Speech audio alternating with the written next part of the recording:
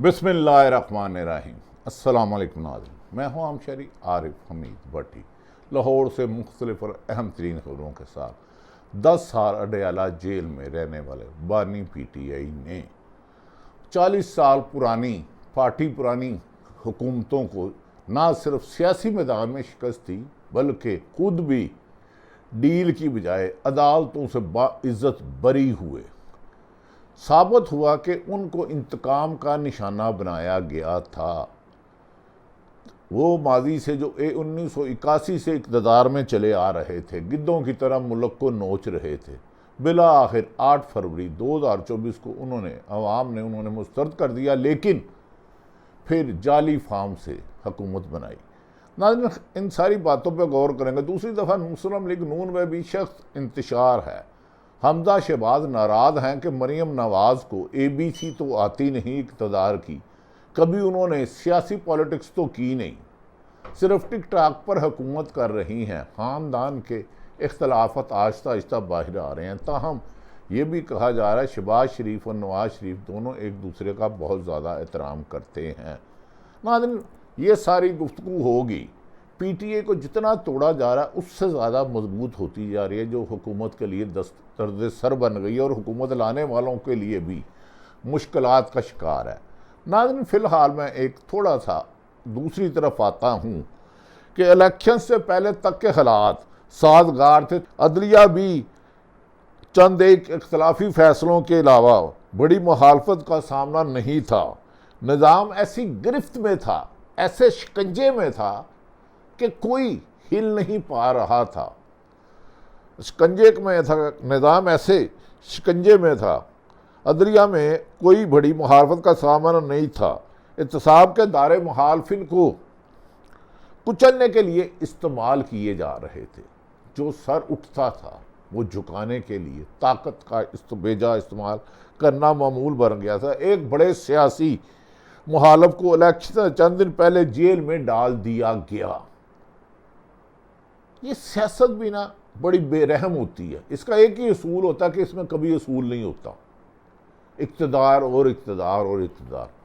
ये शायद गलत है कि जमहूरियत को कहते हैं अवाम की हुकूमत, अवाम के लिए, अवाम के ज़रिए। अब ये हुकूमत लो, नोट दो, ताकत से लो, अवाम को माइनस कर दिया गया है।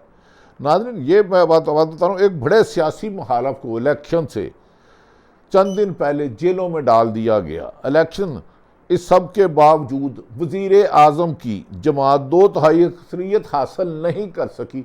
हर जायज़ नजायज़ हरबा इस्तेमाल किया कि 2/3 मेजोरिटी लें और आके फिर मनपसंद फ़ैसले करें, लेकिन अवाम ने अपना फ़ैसला सुनाया।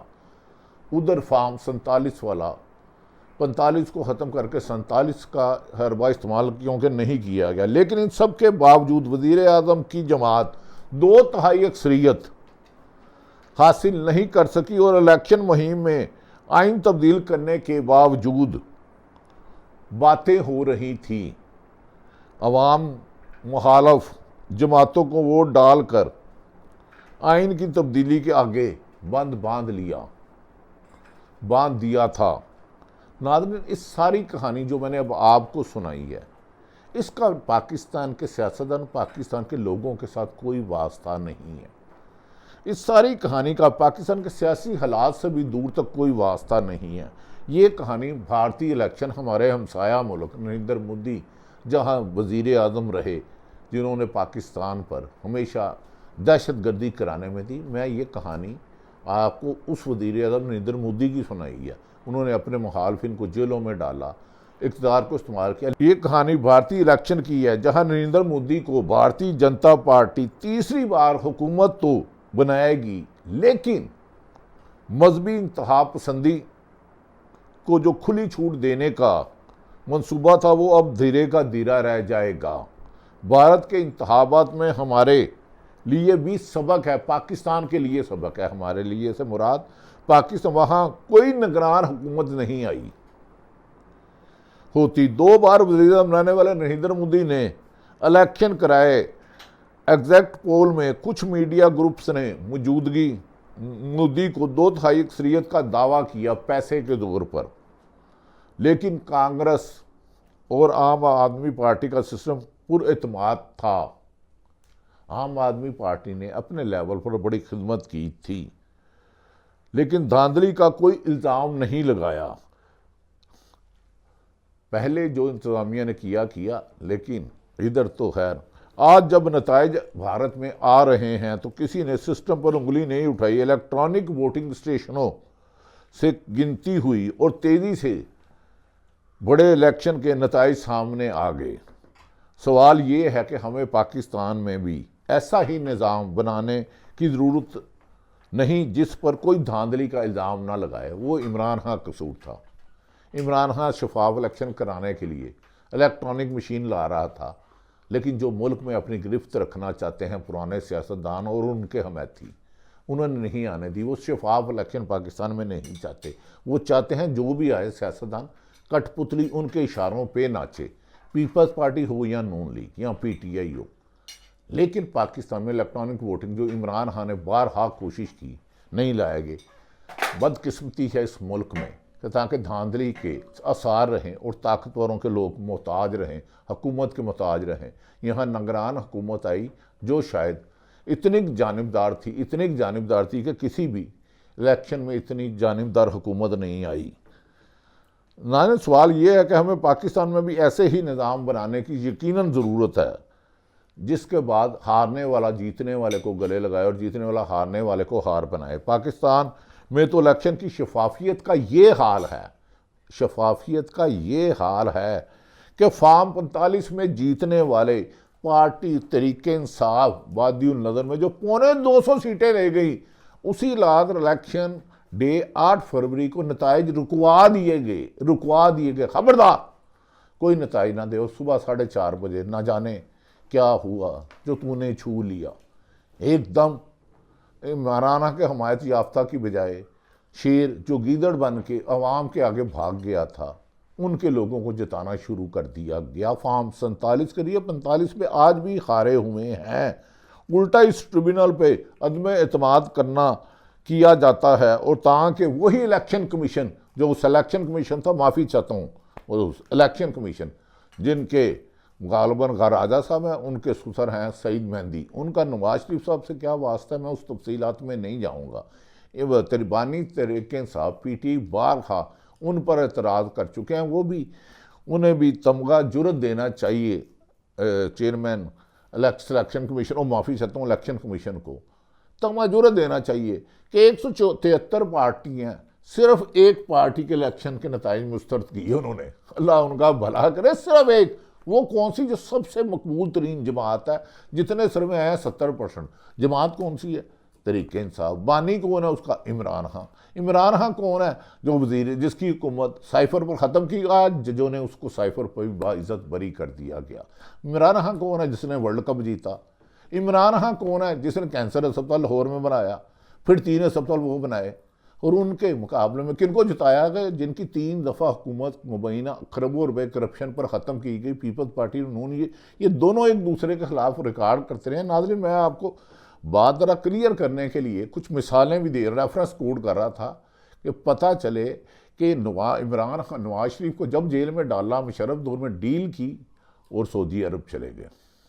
इमरान खान के दौर में डाला, मेरे प्लेटलेट्स कम हो गए हैं। खुद ख्वाजा आसफ ने, वज़ीर दिफा ने कहा हमें तो बाजवा ने बाहर भेजा, 4 हफ्तों के लिए लगे और 4 साल पाकिस्तान में नहीं आए।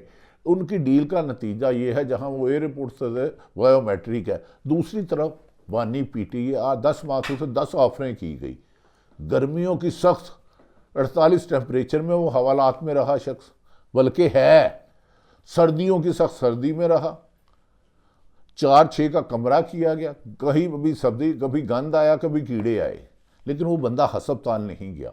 ये होता है लीडर और गीदड़ में फैसला। मैं किसी को गीदड़ हरगिज़ नहीं कह रहा, लेकिन लीडर वो होता है जो अवाम के लिए जद्दोजहद जारी रखे और अपनी कुर्बानी दे। खैर, हम आ जाते हैं फिर वहाँ थे कि इस्लामाबाद के 3 हलकों के में बादियुल नज़र में जो अदालत में पेश है ट्रिब्यूनल में, कभी इम्कान है कि तरीके इंसाफ को सीटें मिल जाएंगी। इलेक्शन कमीशन भी रिकॉर्ड हालांकि जमा नहीं करा रहा।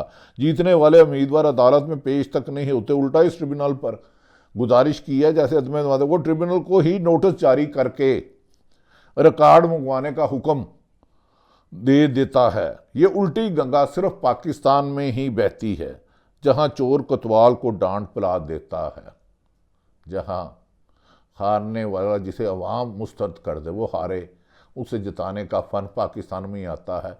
ऐसी अंधेर नगरी तो कहीं नहीं हुई। हमने 8 फरवरी 2024 को खुद इसके मनाजर देखे हैं और कवर किया है, कैसे रिजल्ट रोका गया, कैसे शुरू किया गया। नाज़रीन, साबिक सदर आरफ अलवी कहते हैं कि पीटीआई को कहा जाता है कि बातचीत नहीं करते। उन्होंने ये वादिया तौर पर आरफ अलवी ने कहा, सवाल उठाया कि हम मीडिया के ज़रिए साबित बातचीत करेंगे क्या, हमारे पास आया कौन है। अब आरफ अलवी के इस मुकालमे से अक्ल और सोच रखने वालों के लिए निशानी काफ़ी हैं। इमरान खान भी शायद इसीलिए कहते हैं कि मुझे कहते हैं पीपल्स पार्टी और नून लीग से करें। इनकी तो हुकूमत थी नहीं। बकौल इमरान खान के 47 से वो 17 से 25 सीटें लेने वाले इक़्तिदार में आ गए। आवाम को हकीकी तरक्की दिलाने के लिए दूसरी तरफ पाकिस्तान में टैक्स कलेक्शन में कमी हो रही है। टैक्स बड़े बड़े बिजनेसमैन अपनी फैक्ट्री और मिलों में अरबों खरबों रुपए के रोज़ाना चोरी करते हैं और इसके ख़िलाफ़ ऑपरेशन करने की हिकमत अमली बनाई जा रही है। नाज़रीन, पाकिस्तान में जब तक रूल ऑफ लॉ ना होगा तरक्की और अमन नहीं हो सकता। सारी सूरत हाल आपके सामने रखी। एक लीडर है जो एक सियासी जमातें हैं जो 40 साल से मुख्तलिफ अदवार में इक़्तिदार में रही। एक है जो 3.5 साल आया और जेल में है और उस पर 200 से ज़्यादा मुकदमा जारी किए और पाकिस्तान की अदालतों से वो मुकमका करके NRO लेके रात के अंधेरे मुल्क से भागा नहीं, अदालतों से बरी हो गया। तोशाखाना अदालतों से बरी, सैफर केस अदालत से बाइज्जत बरी। मैं खाली जमानत नहीं कह रहा, इद्दत केस सिफर। अचानक जज भाग गया। कैसे भागा जज? 4-5 महीने केस चलता रहा। जब तक मुल्क की अदालतें हैं हम इन्हीं से इंसाफ की तुक्को करते हैं। गुज़श्ता रोज़ सुप्रीम कोर्ट के महसूस नशिस्तों की सिस्त पर जस्टिस अतर मनीला, मुनीब अख्तर, जस्टिस मंसूर अली शाह ने बाजी मारी। उन्होंने कहा सच कड़वा होता है। आज तक जो भी सच बोलता है उसकी ज़ुबान बंद कर दी जाती है, उसका मीडिया पर बंदी लगवा दी जाती है। पाकिस्तान में सियासत और सहाफ़त दोनों को रिमोट कंट्रोल से चलाने की कोशिश की जा रही है।